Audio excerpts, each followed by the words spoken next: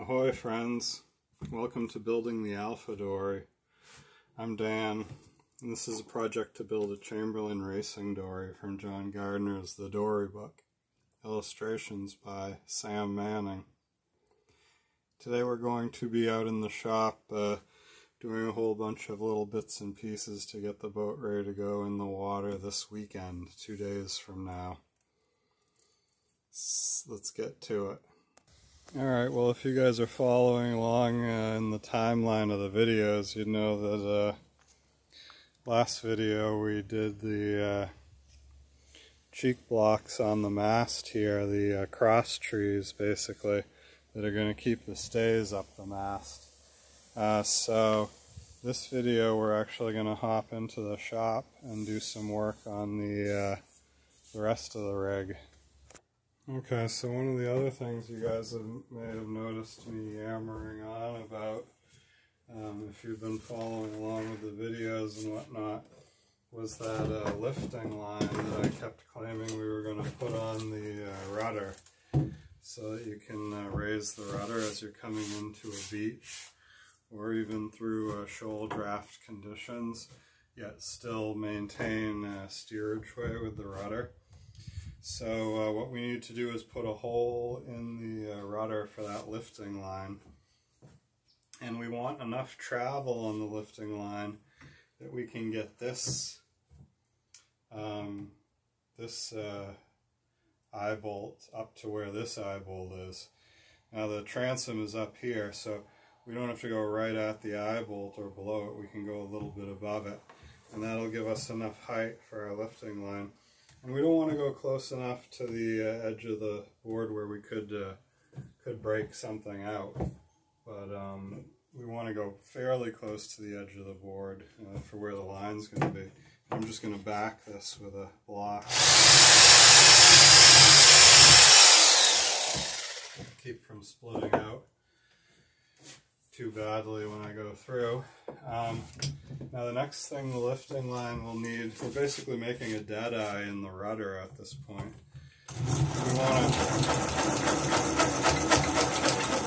We want to break the edge of that so that the lifting line will run freely through this lead. And this is just a small cord. It doesn't need to be a big piece of rope or anything. It's just a very light line that's strong enough to literally slide the rudder up the transom and then lower it back down if necessary.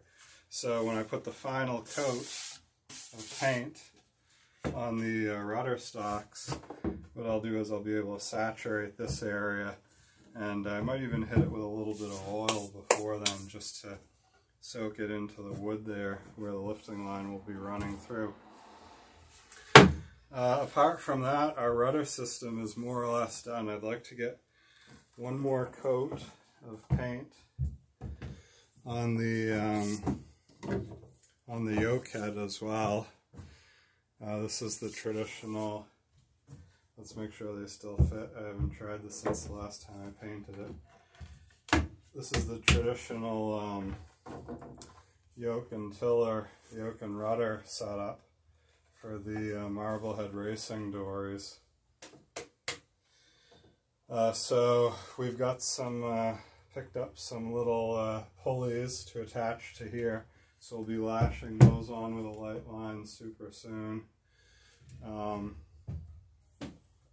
And then a line runs from the rail up to the pulley and then back to the skipper who's manning the craft, or at least back to whoever's doing the steering. Sometimes that's not the skipper. Alright, so that's done. Lifting line, check. I'd also forgotten to mention since the last video that I finished painting the Cuddy and reinstalled it. If you want to see installation of the Cuddy, it's in a previous video, just not painted. And it was the exact same thing. I just put the screws back in where I took them out to remove the Cuddy and paint it. And then this time I puttied over them. And I'll put a little dab of paint over each of the putty spots once those dry. But yeah, the cuddy came out nicely. You can see the little shelf that we ended up making in there for you know, bug spray or a phone or binoculars or whatever you want to keep at hand but sort of out of the way. And then that little cuddy opening is sort of serves dual purpose as access and ventilation to you know, ensure that the cuddy is always well ventilated, so there's not moisture building up in there any more than, you know, in the rest of the boat. So let's see. Yeah, next thing we've got to get to is the floorboards. So let's get cracking on those. Stop! Stop! Stop! Stop! What are you doing? What are you doing? Huh? What? What are you doing? You're going to cut up the floorboards? No. Actually, there's one little floorboard detail that that we have to do now that we've put the bolt in the centerboard trunk, which this bolt is kind of important because it keeps the water out. But now that that bolt's in there, now we got to cut a little notch in the floorboards to allow the floorboards to sit in comfortably in there beside the bolt.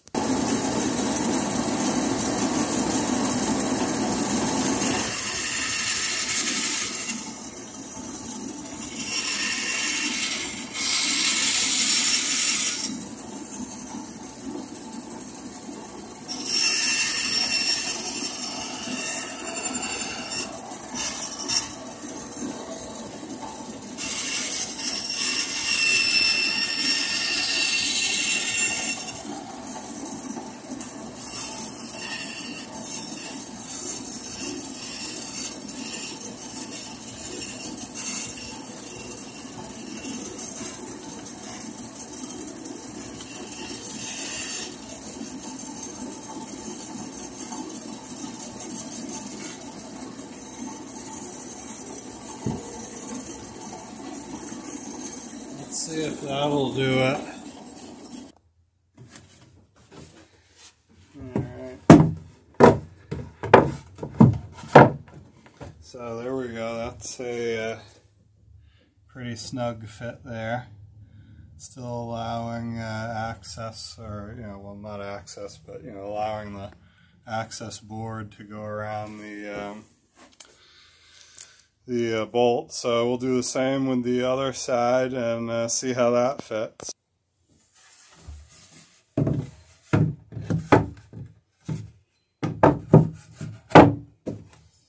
Okay, so that's a decent fit there.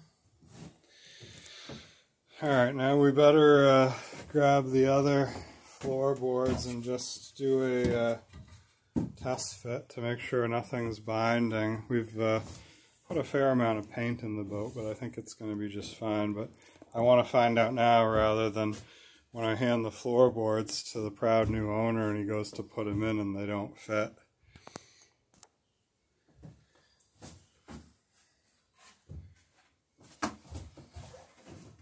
These have been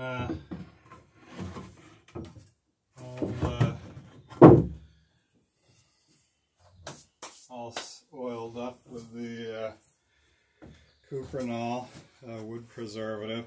There's a fair amount of sapwood in these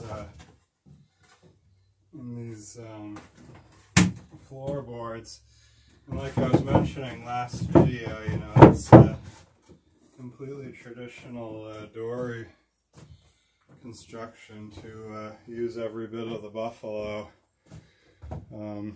every part of the pig but the squeal, so to speak.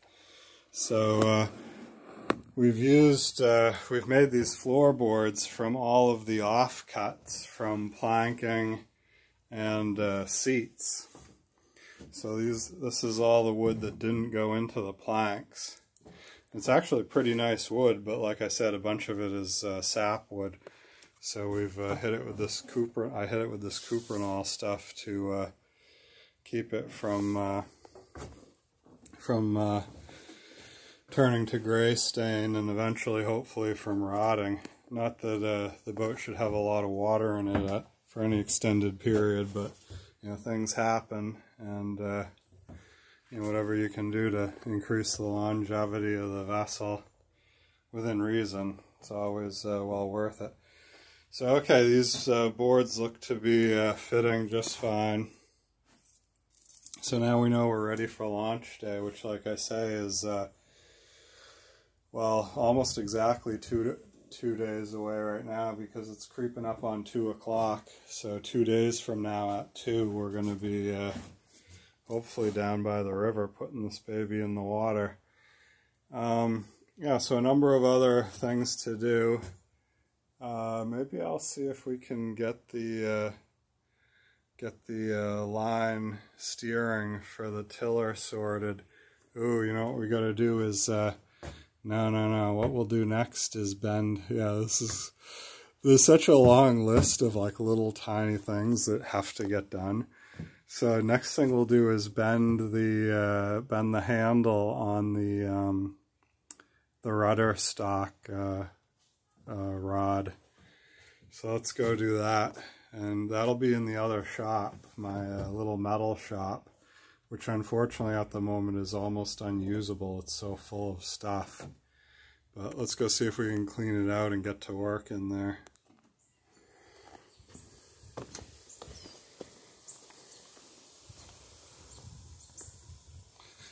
Okay, so oh yeah, well, it's not as bad as I'd remembered it, but it's fairly full. So here's Centennial's rudder, a whole nother beast. Centennial's a foot shorter than the Alpha, but everything about it is just significantly more burdensome. I mean, you can see the thickness of this thing, it's huge, versus that light little slick little rudder for the Alpha, which is, you know, just the absolute minimum to get the job done and still race around the buoys with the highest amount of speed possible. Alright, so here's the clamp I kept telling you guys about, the bench vise, that really does the trick for any of my metal working. So, yeah, somebody, actually, if you look at this thing, someone bent this handle, which, considering it's a piece of iron almost an inch thick, it's quite the feat, but it wasn't me. Alright, yeah, let me put the camera down and I'll show you what we're doing. Okay, yeah, so I guess this basically qualifies me as a hoarder house. Call me crazy, but I pretty much know where most everything in here is, which is part of why I haven't like really cleaned it up good. Or at least that's what I keep telling myself, like, oh, if I clean it, then I won't be able to find anything. But, and it has been much cleaner in here in the past. Like, I've actually built boat models in here in the past, so it could get that way again. Alright, so here is Centennial's rudder rod. And you can see I marked with a pencil when we had the Alpha Dory rudder on the Alpha Dory hanging. I marked with a pencil where I wanted to bend the Alpha Dory rudder rod. And here we have a piece of metal which I actually bought for Centennial for a spare rudder rod, which I've never made. And so I knew this was in the shop here, because, you know, it's my metal shop, quote unquote. That's what I keep calling it anyway. So now all I got to do is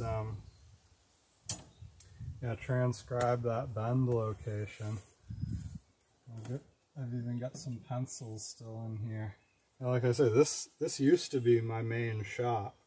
So if you guys are ever like, oh, there's not so much room in your boat shop, like you don't have a lot of room to move around, this or that or the other thing. Well, I built the frames for a gondola that I was going to make in this shop. And yeah, I don't even know how I did it, but I was like doing all the woodworking that you've seen in the other shop, but in this shop. So that other shop is basically as spacious as one could ever imagine. Okay, so I've got the mark transferred right there to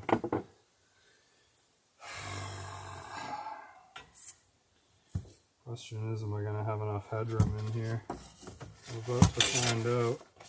Oh, let me just clear some stuff away. Hope there's no mice in there.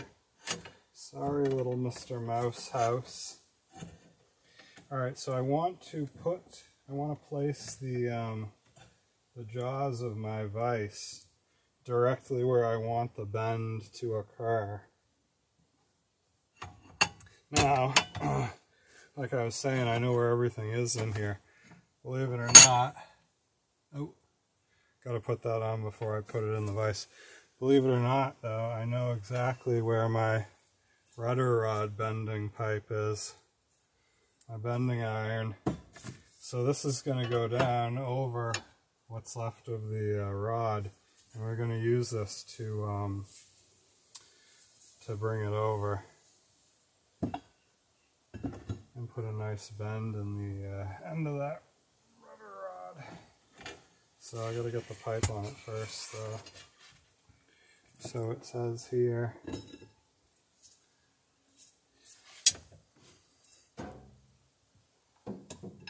Okay, so just run to get the pipe on.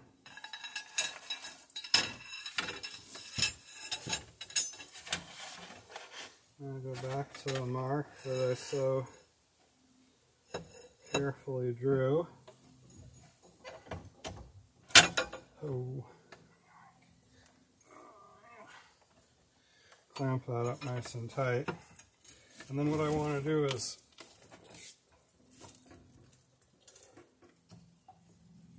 put as much pressure right on that rod as I can, right where it's gonna, right where it needs to bend. Okay, now I've pretty much got myself locked in here. But yeah, now let me go grab a big hammer. I don't think I got one out here. Alright, and you'll notice I've not released the clamp. So now I'll lift up with the rod and go down with the hammer.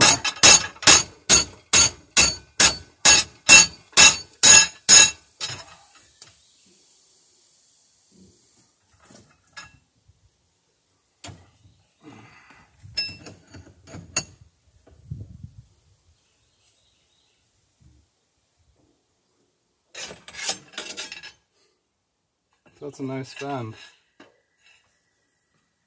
No damage to the gaff jaws. I mean the, not gaff, no damage to the vice jaws. And it's soft steel, you know, fairly ductile, galvanized steel. And now we'll just cut it off with a hacksaw right about there. 3 fingers worth to be able to raise and lower that with confidence. Get a good hold of it when you're putting it in and out. The reason I had been planning on making an extra was you know, you don't want to lose this thing over the side. I suppose you could put a line on it, a lanyard, to if you were really concerned. Oh yeah, and we started the video with the lifting line. So this is the lifting line on Centennial's rudder. And yeah, that's how you raise the rudder if you're running aground.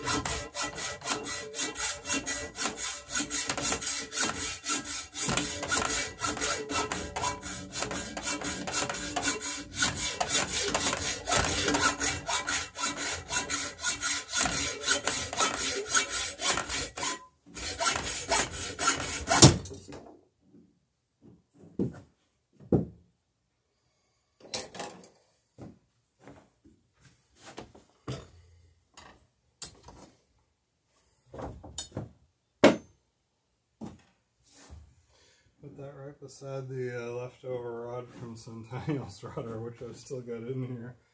It's actually down on the floor over there. What's that old saying, though? Waste not, want not, I guess, huh?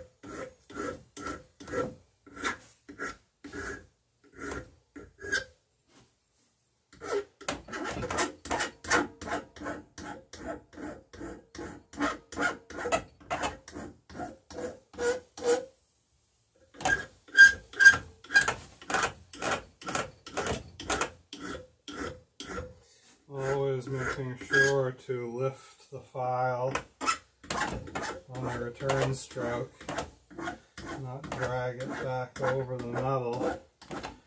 One time I did that by mistake. I dragged the file back over the metal on the return stroke, you know, not with the teeth.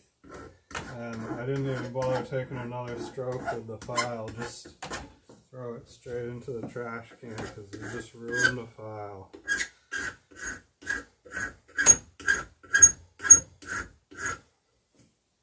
Alright, that feels good.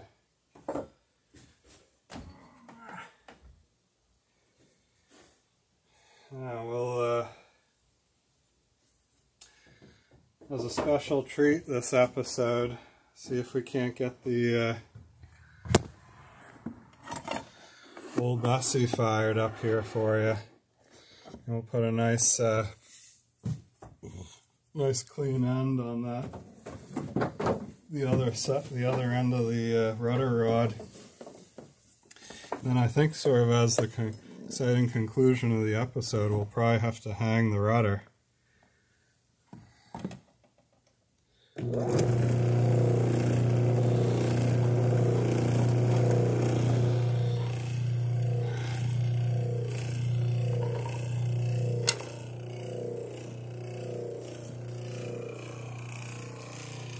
Okay, so old Bessie's purring, and we won't be using the wire brush today. Careful, there's a nail on that shaft that holds the wire brush in place. But yeah, we'll be using the other end of using the business end over here.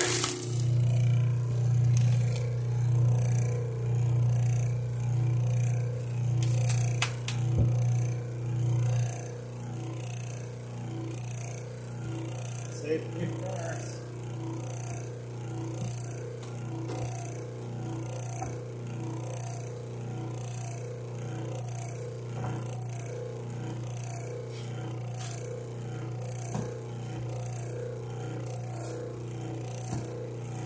Yeah, I gotta get the glasses on.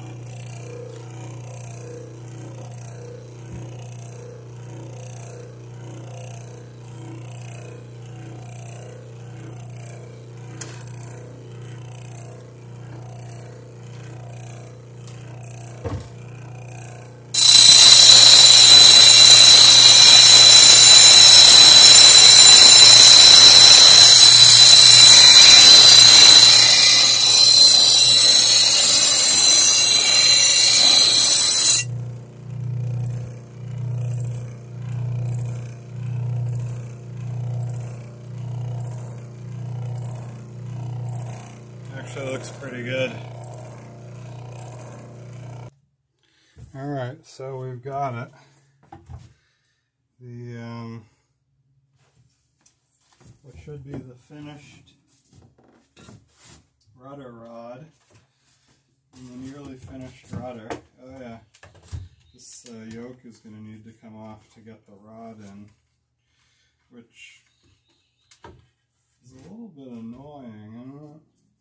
I'm not sure what to do about that, because I definitely don't want to drill a hole down or take any off of the yoke there. I want the full strength of the yoke. So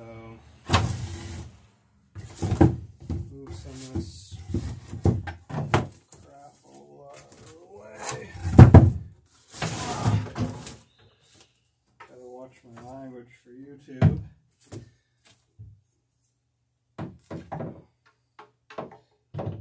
Get the first pin in.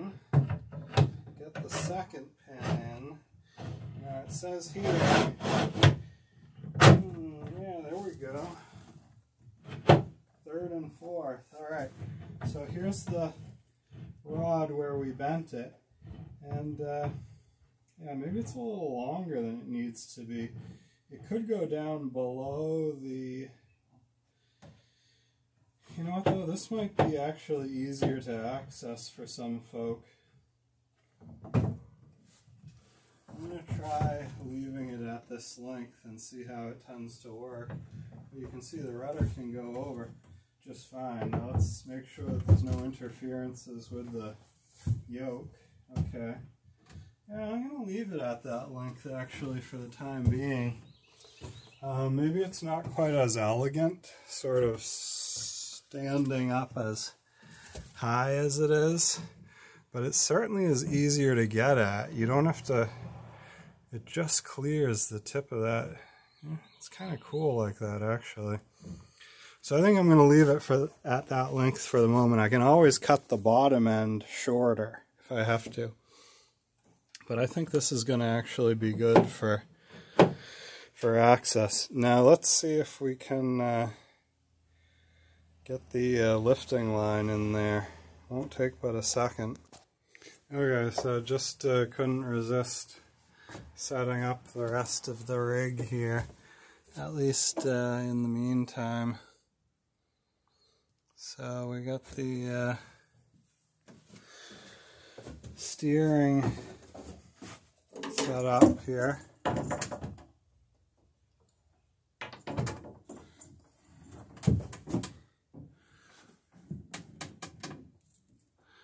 You can see how that puts the rudder over when you tighten in on the steering system.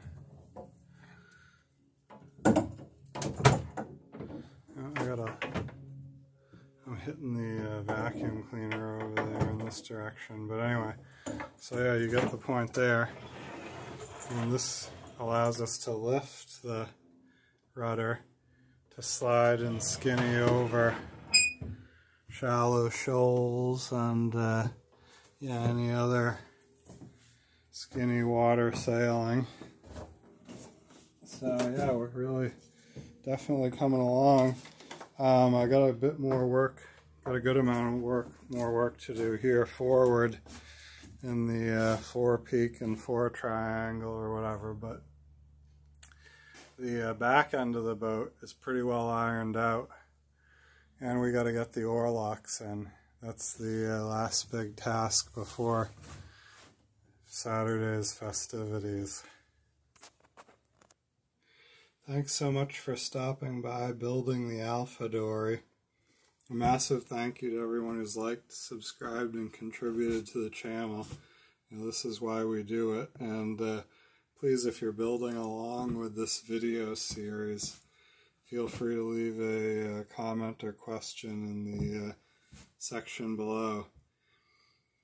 Well, God bless, have a great day, and look forward to seeing everybody next video and out on the water sometime super soon.